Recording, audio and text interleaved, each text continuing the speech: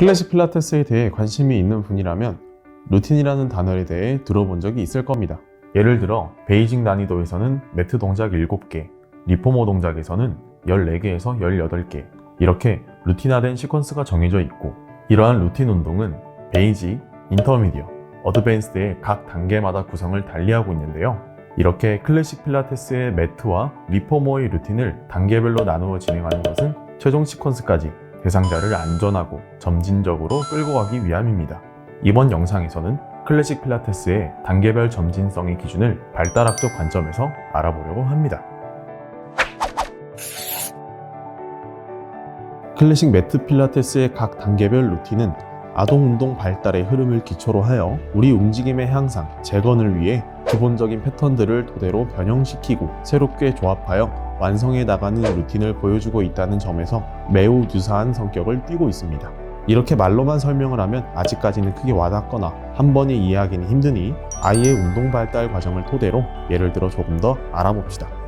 여러분은 아이가 등을 대고 누워있는 상태에서 엎드리고, 기고, 일어서고, 걷기까지의 움직이는 과정을 지켜보신 적이 있으신가요? 그 모습과 앞서 말한 클래식 매트 필라테스의 단계는 매우 유사한 형태를 띠고 있습니다. 아이의 움직임 발달의 시작은 등을 대고 누워있는 자세로 시작을 하는데, 이때 아이가 최초로 획득한 척추의 움직임은 굽힘이라는 동작입니다.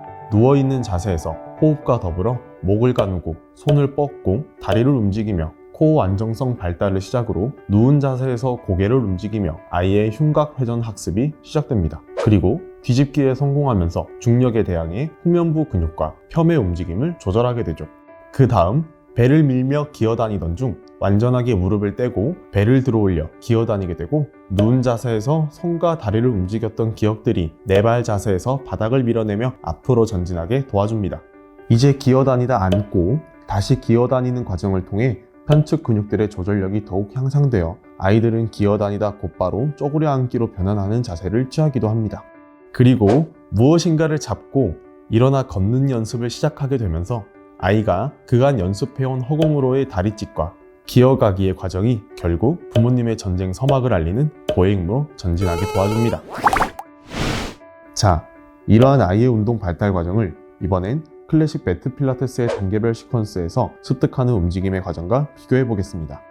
클래식 필라테스 루틴 안에서의 움직임 시작도 마찬가지로 누운 자세에서 시작을 합니다. 등을 대고 누운 자세에서 척추의 굽힘 움직임들과 더불어 허공으로의 손짓, 발짓을 진행하는데 더 100, 싱글 레그 서클, 업더미널 시리즈와 같은 동작들입니다.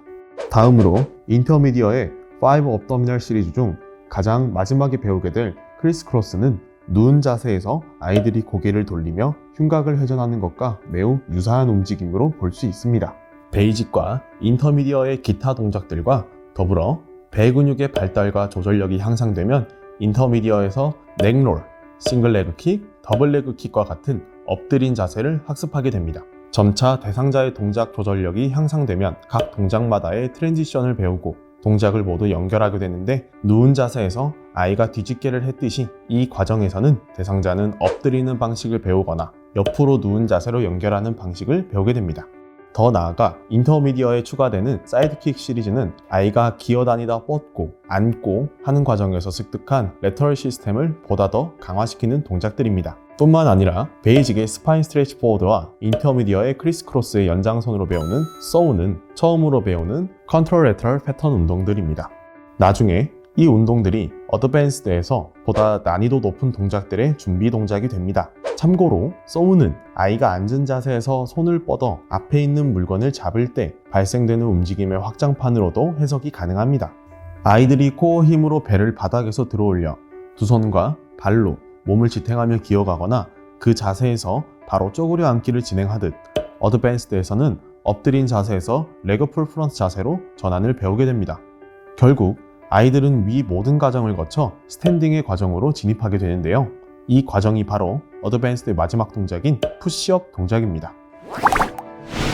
이렇듯 클래식 필라테스의 단계별 루틴은 점진적이고 안전하게 회원의 움직임 향상을 이끌기 위한 운동 발달학적 관점이 내포되어 있으며, 이런 의미를 이해하고 수행하는 것과 아닌 것의 차이는 명확히 크다고 할 수 있습니다. 이번 예에서는 발달학적 관점에서 루틴의 의미를 해석해 보았지만, 역학, 운동학, 신경학, 발달학 등 다양한 관점으로도 풀어낼 수 있습니다. 알고 보면 매우 심도 있고 탄탄한 기반이 있는 루틴, 간단하게 알아보았지만 이 안에는 보다 더 깊고 심도 있는 해석들이 담겨 있습니다. 이와 같은 현대 과학적 의미 해석을 통해 클래식 필라테스에 대한 새로운 시각과 관점을 가지는 의미 있는 시간이 되셨기를 바랍니다.